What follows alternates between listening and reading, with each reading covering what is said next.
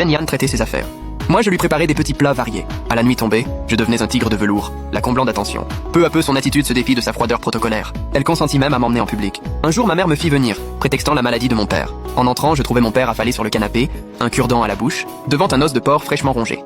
Tu n'es pas malade. Si ta mère n'avait pas inventé cette histoire, serais-tu revenu? Fils ingrat, tu fais bonbons chez les chênes et tu te moques bien que tes parents crèvent, hein? Père, mère, le jour où j'ai franchi leur porte, vous m'avez envoyé un message. Que tu réussisses ou échoues, tu n'as plus rien à voir avec les Song. Ne cherche plus à nous contacter même si tu te meurs. Ce sont bien vos mots? Je l'ai gardé ce message. Ma mère me fusilla du regard.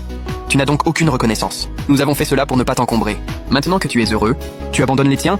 Shen Yan ne vous verse-t-elle pas d'argent? Elle vous envoie chaque mois une pension confortable. Cette vie-là, n'est-ce pas elle qui vous l'a offerte? Cela ne vous suffit pas?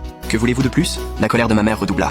As-tu oublié que tu as un frère? Mère, veuillez peser vos mots. Je n'ai pas de frère. J'ai un cadet, tombé dans une rivière et noyé. Cesse donc tes simagrées. Nous sommes chez nous, autant parler clairement. Donne-nous 100 millions pour ton frère, et nous ne te réclamerons plus jamais rien. 100 millions? Où voulez-vous que je trouve une telle somme? Mon père s'emporta. Shen Yan possède plus de 100 milliards. Nous ne te demandons qu'un centième de cela. Si tu es incapable de réunir cette misère, autant renoncer à être le gendre des chênes. Je ricanale froidement. De l'argent? Je n'en ai pas. Et quant à ma place dans cette famille?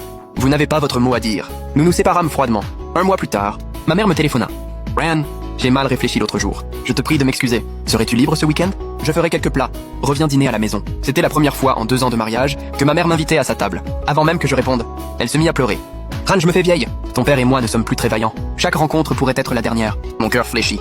D'accord, je viendrai. Le week-end, à mon arrivée, à peine m'étais-je assis à table qu'une silhouette sortit de la chambre.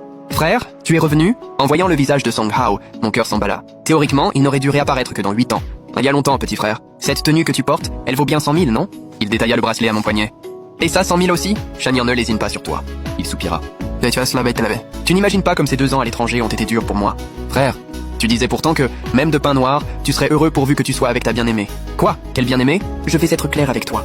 Je suis revenu pour reprendre ma place. À partir de maintenant, tu redeviens toi-même. Tu es Song Ran. Moi je suis Song Hao. Après le repas, tu enlèveras tes vêtements et tes bijoux pour me les donner. J'irai chez les chênes à ta place. Nous échangerons nos rôles. L'impudence de Song Hao me fit rire jaune. Oh frère, tu sais bien profiter du travail des autres. J'ai